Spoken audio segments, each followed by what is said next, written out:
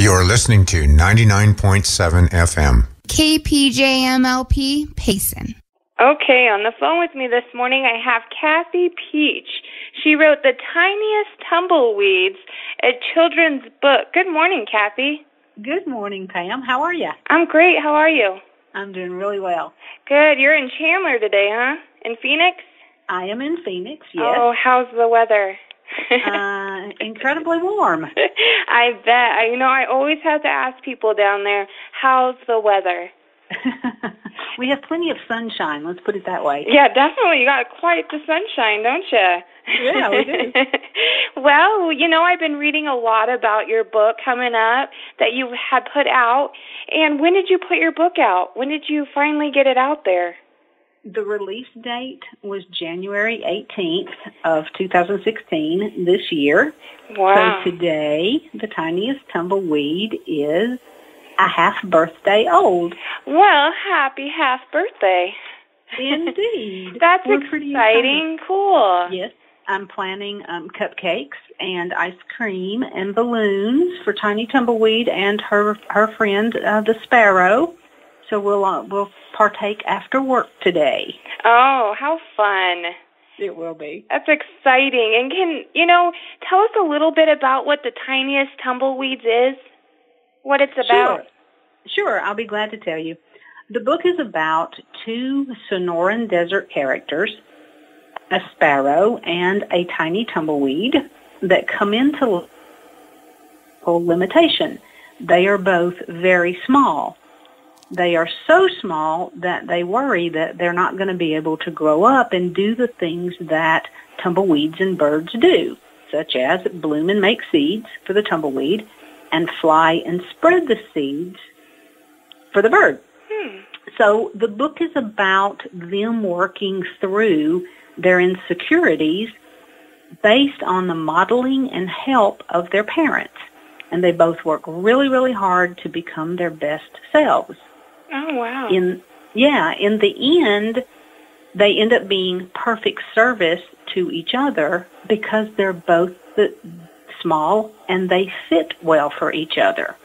Nice. So it's really kind of cool how it all comes together in the end. Yeah, definitely. I'm going to have to get this book. My kids love books, and this sounds like such an interesting book. I've seen, researching for the book festival coming up, I noticed a lot of people asking is this your only book? So far, this is book number 1. Hopefully, it's only the beginning of many, many more. Yes, hopefully. I've seen so many comments about when is this author going to put out the next book. So we will be watching for that next book, definitely.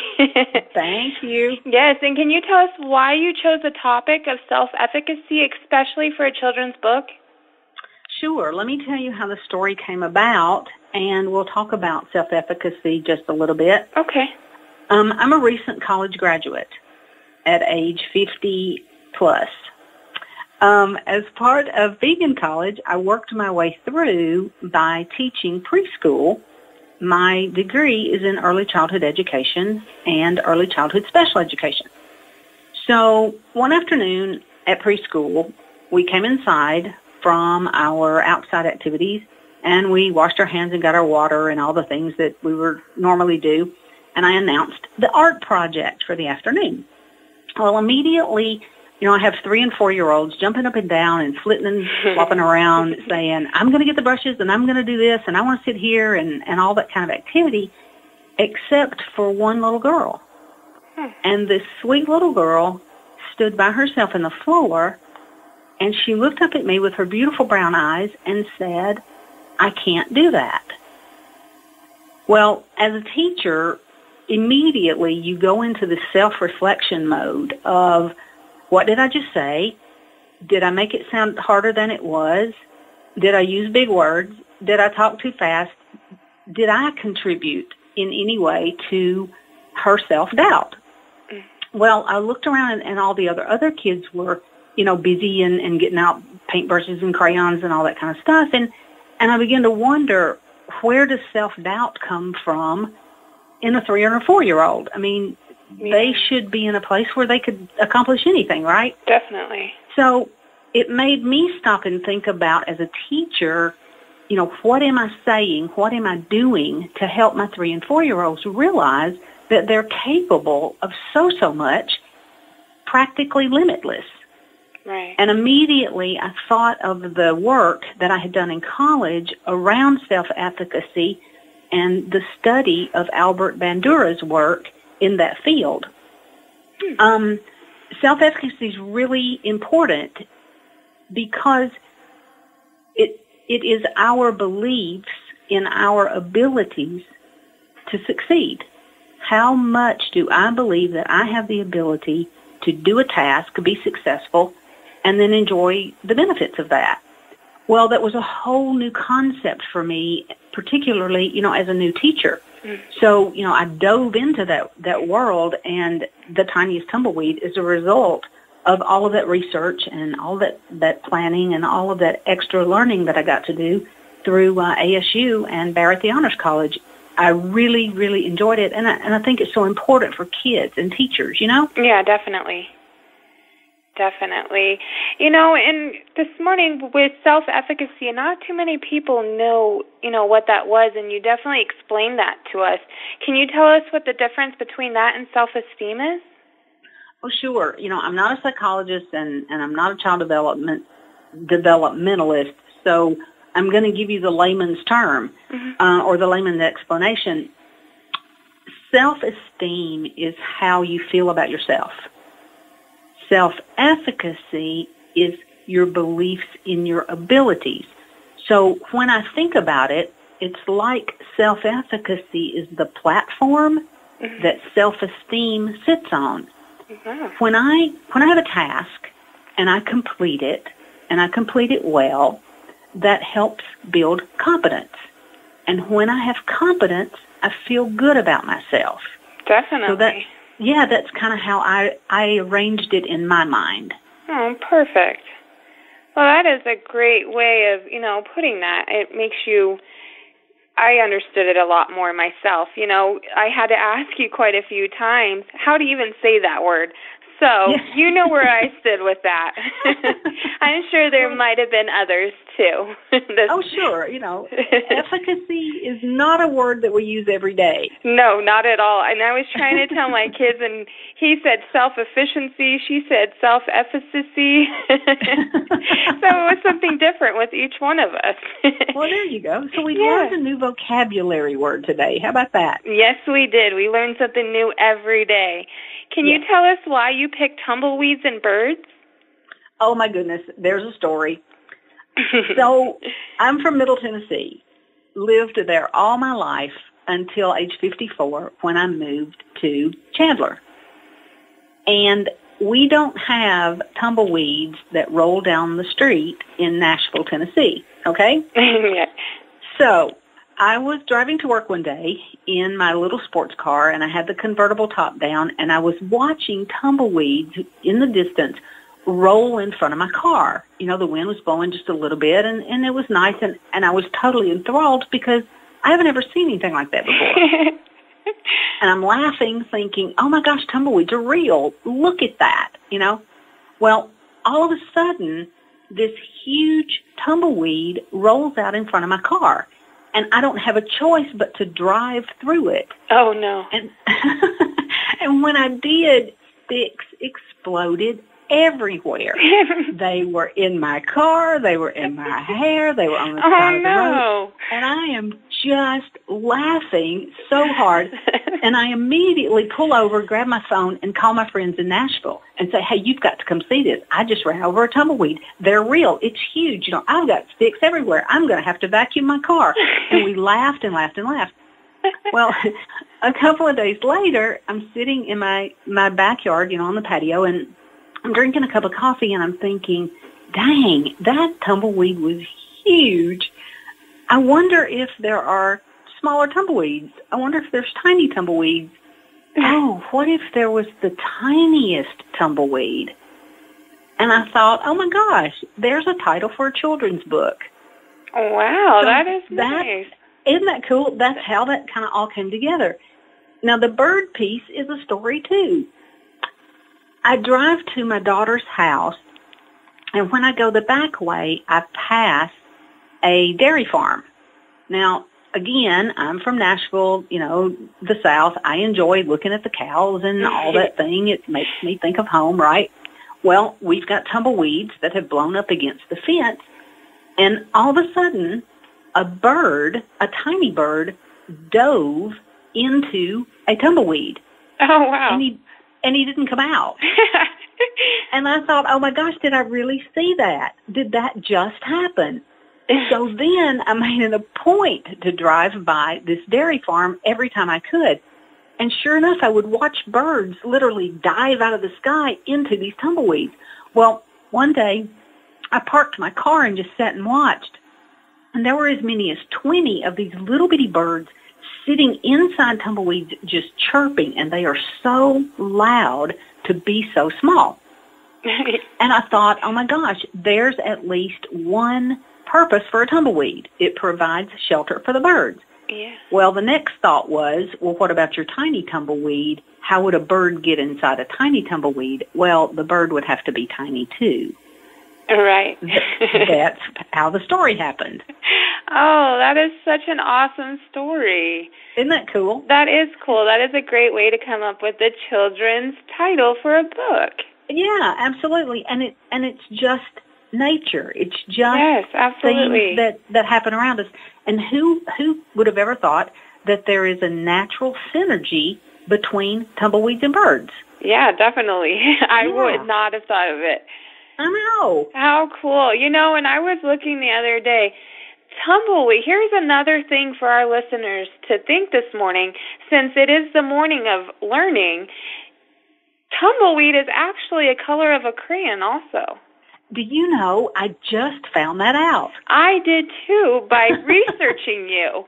It's how I found out.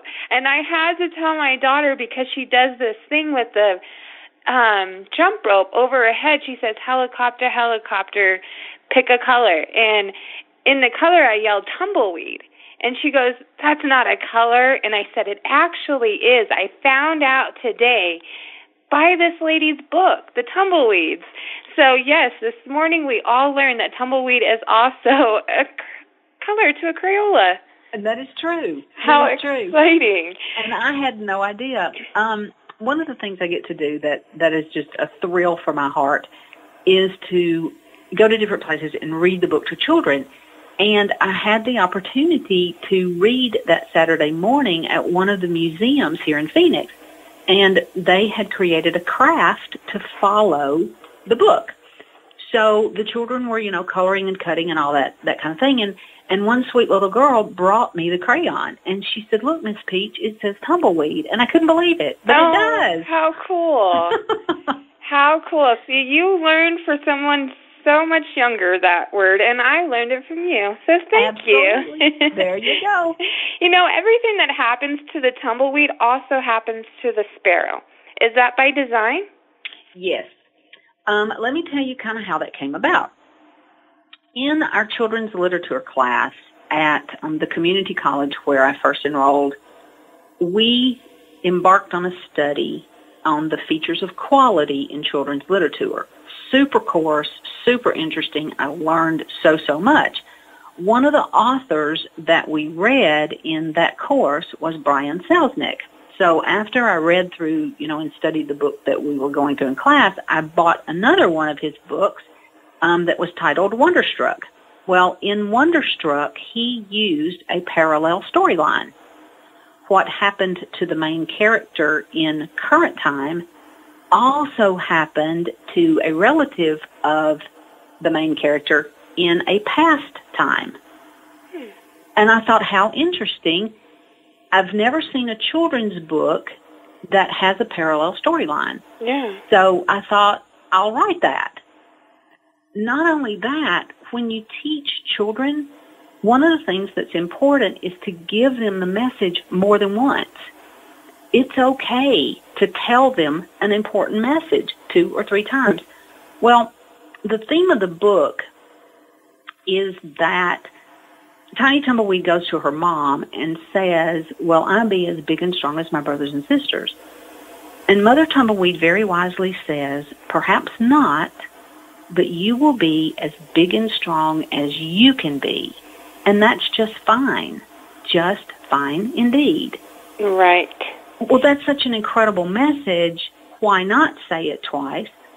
So Father Sparrow tells Baby Sparrow the exact same thing. You're going to be as big and strong as you can be, and that's fine. Just fine indeed. So that's how the parallel storyline happened and why it happened. I love that. Because, you know, here at the radio station, we try to give out the message that, you know, you can be whoever you want to be. That is up to you. You are your own person, and you are perfect in your own way. Absolutely. We have a song that we're going to be playing this morning, and it's Perfect by Pink, and she in there kind of gives the same message as you do in your book, Tumbleweeds. In the book, would you say your book has been successful? In my eyes, your book has been very successful, but in yours, what would you say? Oh, it's been more than I could have ever dreamed. It's almost been surreal.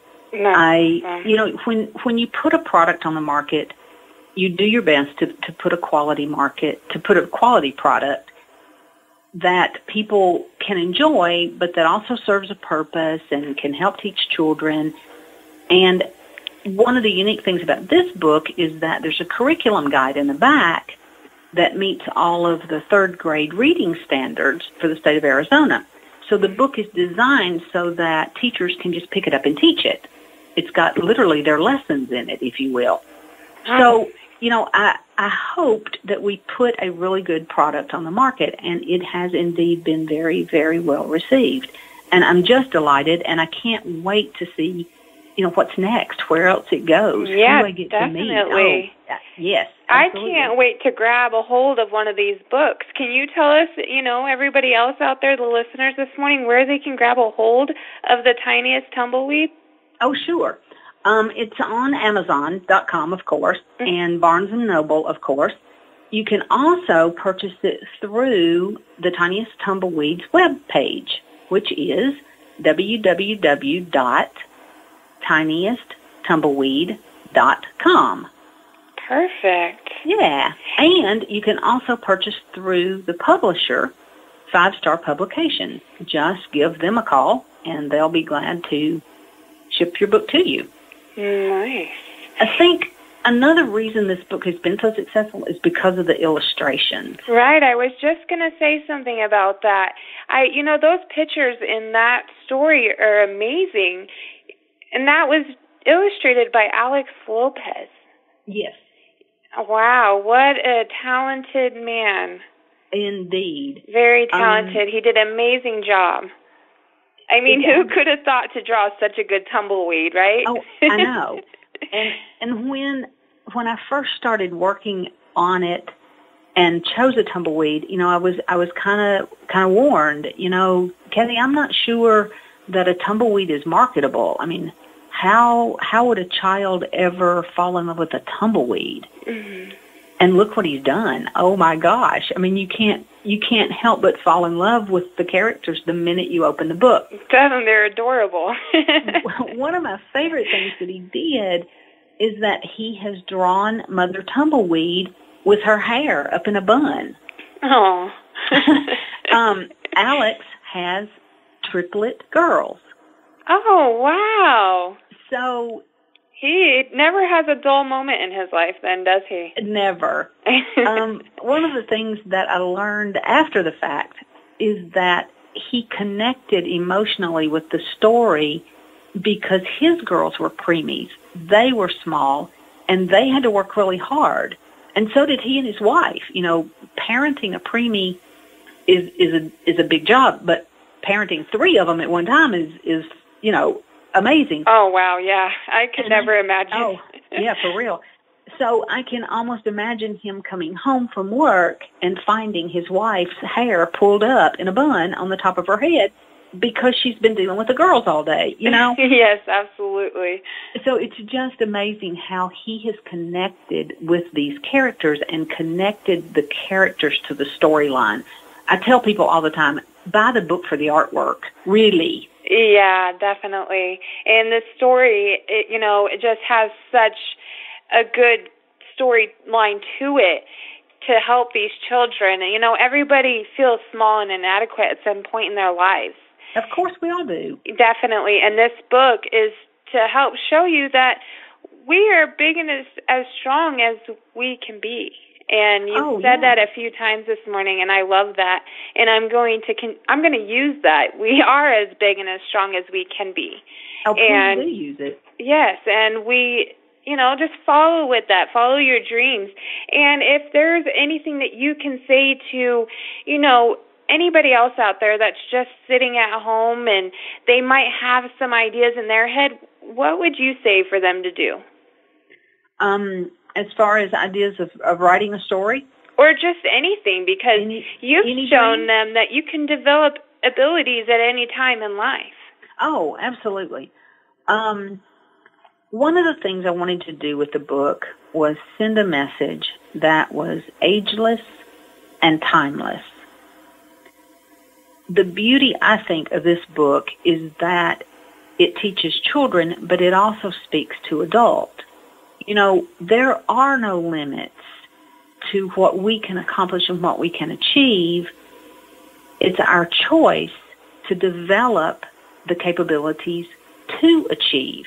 And you can do it at any age. Right. There's nothing special about Kathy Peach. I started college at age 54 and graduated from ASU, with my degree, and Barrett, the Honors College at ASU, and you can achieve anything once you set your mind to it, once you believe you can, and once you're willing to do the hard work to develop the capabilities and abilities to be successful. I think that's the commitment, is making the choice to do the work. Right, definitely. But once that's done, oh my gosh, sky's the limit. Absolutely. All right, listeners, you heard it this morning. Kathy is a good example that it's never too late to pursue your dream and take the risk to explore your own talents and potential. You also can listen to her on July 23rd at 1:15 in the Student Lounge. She will be reading her book. Exciting. Bring the kids down there and listen to her that day.